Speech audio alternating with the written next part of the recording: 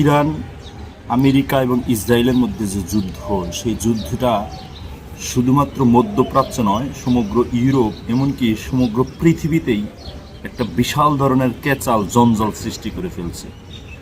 আপনারা দেখেন, ইসরায়েলের যে চিন্তা সেটা হলো অক্ষশক্তিকে পরাজিত করার পরে, অর্থাৎ শিয়া অক্ষশক্তিকে পরাজিত করার পরে সুন্নি অক্ষশক্তিকে পরাজিত করবে। এ কথাটা কেন বলছি? আপনারা সকলেই জানেন যে মধ্যপ্রাচ্য সহ সমগ্র বিশ্বে ইসরায়েলের প্রথম কনসার্ন হলো মুসলিম দেশগুলোকে যে কোনোভাবে বিভাজিত করে তাদেরকে ধ্বংসস্তূপে পরিণত করা। ইরানকে যেভাবে ধ্বংসস্তূপে পরিণত করতে যাচ্ছে, একই রকম ইরানকে যদি পরাজিত করতে পারে, পরাস্ত করতে পারে, তাহলে তাদের টার্গেট হবে পাকিস্তান এবং এর পার্শ্ববর্তী দেশগুলো। এখন পাকিস্তানকে পরাজিত করার জন্য সবচেয়ে বড় এলাই করতে পারে ভারতের সাথে। ইতিমধ্যেই আপনারা সকলেই হয়তো জানেন যে পাকিস্তান এবং আফগানিস্তানের মধ্যে কোনো একটা বিষয়ের মধ্যে জঞ্জাল সৃষ্টি করে ফেলছে। ইরানের সাথে পাকিস্তানের সীমান্তের দূরত্ব প্রায় 900 কিলোমিটার, অন্যদিকে ইরানের সাথে ইসরায়েলের দূরত্ব প্রায় 2000 কিলোমিটারের মতো।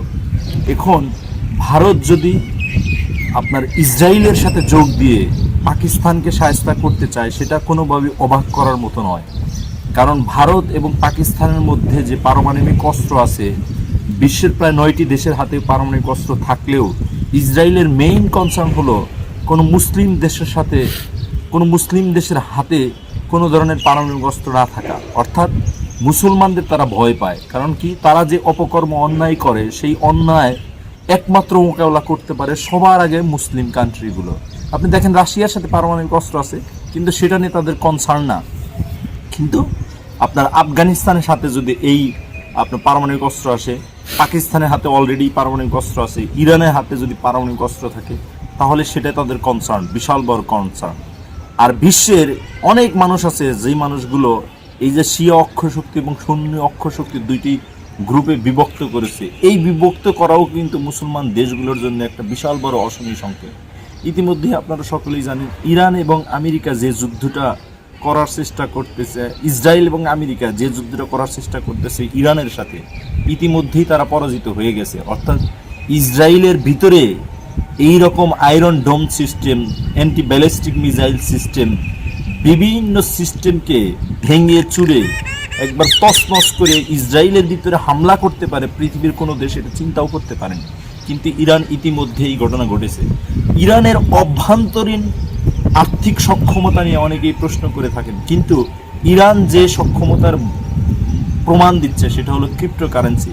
আপনারা সকলেই হয়তো ইতিমধ্যেই কয়েকটি স্ট্যাটাস থেকে জেনেছেন, ইরান এক ক্রিপ্টোকারেন্সি তৈরি করতে মাত্র 1300 সামথিং ডলার খরচ করে।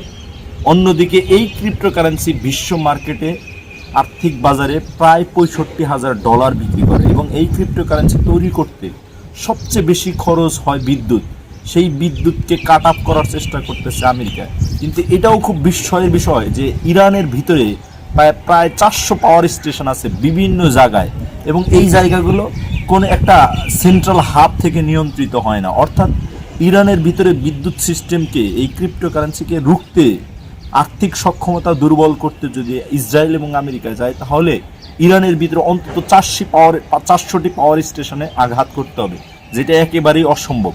এবং অন্যদিকে তাকান যে ইরানের ভিতরে ইসরায়েল এবং আমেরিকার প্ল্যান হলো স্থল অভিযান করবে, কিন্তু ইরানের যে ভৌগোলিক সীমানা রেখা এবং ভৌগোলিক অবস্থান, সেই অবস্থানে কোনোভাবেই আপনার স্থল অভিযান করা সম্ভব না। অর্থাৎ চারপাশেই বড় বড় পর্বতমালা আছে, বড় বড় পাহাড় আছে এবং সমুদ্রের বেষ্টনী আছে।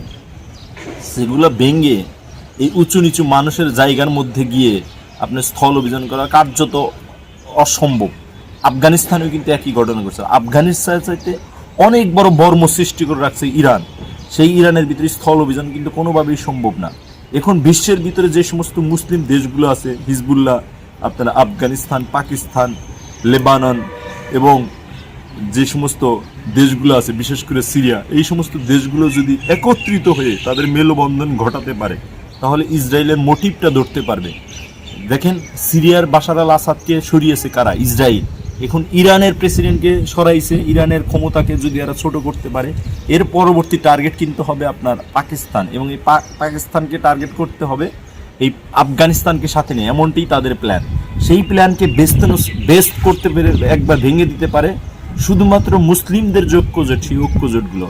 আর ভারতের এখানে 100% ইন্ধন থাকবে, কারণ ভারতের পার্লামেন্টে, আপনার ইসরায়েলের পার্লামেন্টে মোদি গিয়া বলে দিয়েছিল যে তোমরা আমাদের পিতা, আমরা তোমাদের মাতা, অর্থাৎ একটা টাই করার সৃষ্টি করছে, যে টাইয়ের বিনিময়ে পাকিস্তানকে সাহায্য করতে পারবে। কিন্তু পাকিস্তানের অভ্যন্তরের ভিতরেও কিন্তু অনেক ধরনের রাজনীতি আছে। আপনারা জানেন পাকিস্তানের অভ্যন্তরে বেলুচিস্তানে যে আপনার পারমাণবিক মজুদ আছে, সেই মজুদটা কিন্তু একেবারেই খুব বিশাল আকারের মজুদ, কিন্তু বেলুচিস্তানের ভিতরে অভ্যন্তরীণ অন্তর্সংঘাতের রাজনীতি এখনও চলমান আছে, অর্থাৎ তারাও স্বাধীনতা চায়।